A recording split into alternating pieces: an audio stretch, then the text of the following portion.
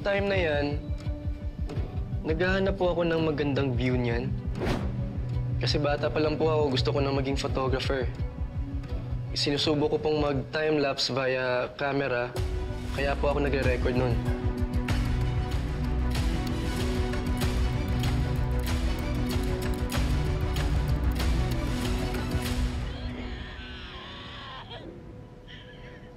Napansin ko yung babae na kinakausap niya yung nakahiga sa batuhan.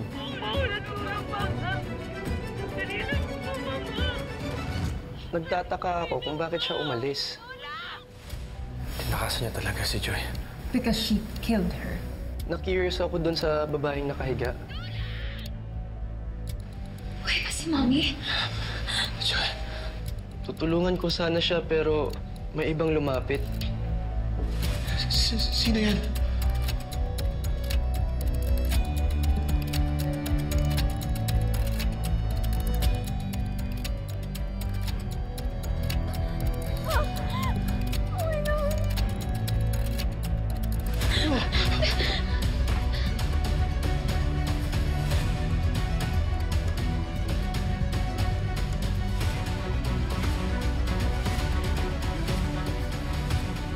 Nakita niyo naman po na hindi po talaga si Carolina Astor ang pumatay kay Joy Santos.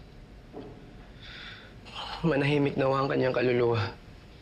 Wala pong kasalanan si Carolina Astor sa mata ng Diyos at sa batas. Kaya dapat po siyang palayain. No! Video lang yan! It can't be fake! Inayos lang yan to fool us! Order in the court. But it will never change the fact that Carolina Astor is a murderer! Pinatay niya si Joy! Pinatay niya! Bawiin mo yung sinabi mo! You're a priest! You should always speak the truth! Huwag ka magsisinungaling sa harap ng batas at sa harap ng Diyos! I said order in the court. Inuulit ko po, wala pong kasalanan si Carolina Astor sa mata ng Diyos at sa batas. Sinungaling ka!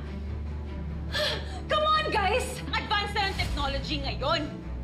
Pwede na mag-fabricate ng evidence. What if AI lang yan? Ronnie, calm down. Counsel, I don't care whether that individual is a relative or a friend of the client. She is your responsibility.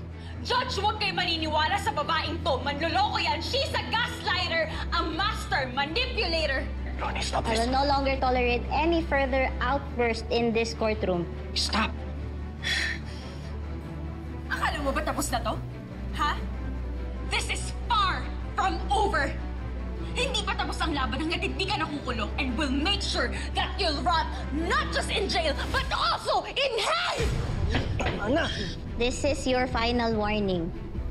Instruct her to behave appropriately or I will hold her in contempt and let her spend the night in jail. Yes, Your Honor. Hey, stop! Tumigil ka na! Gusto mo bang ikaw ang mademanda dito? Hindi ka na.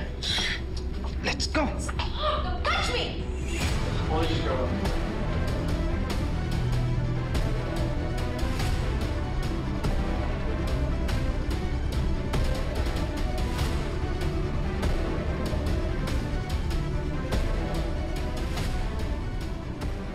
Ano ba? Dennis, come on! Let me... Ano ba? Let me go! Ano ba problema mo? And why are you stopping me? Pinatitigil ka na ng judge kanina. Ayaw pa rin tumigil. Ha? Gusto mo bang ikaw madiin dahil ayaw mong paawa?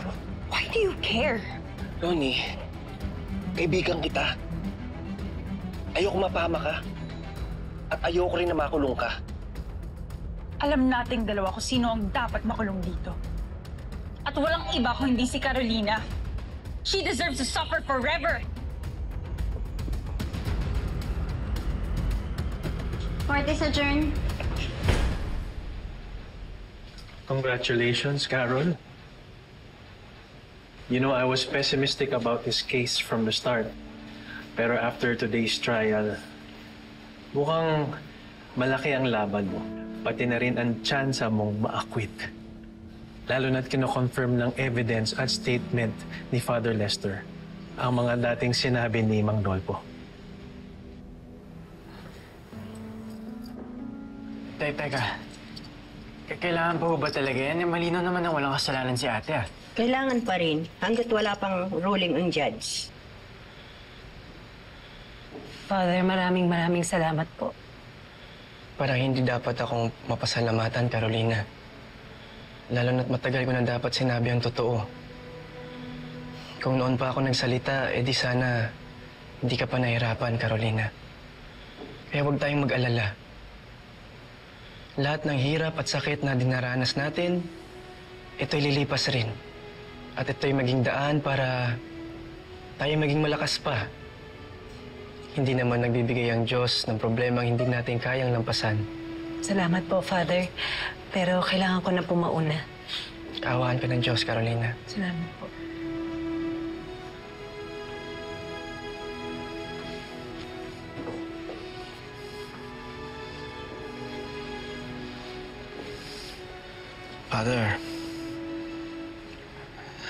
Father, hindi naman po sa pinagdududaan ko kayo. Pero, sigurado po ba talaga sa nakita nyo? Lahat ng ipinakita ko at nakita niyo ay totoo. Kaya dalangin ko po ay maging daan ang pagtestigo ko para lumabas ang katotohanan. Para na rin sa ikakatahimik ng lahat.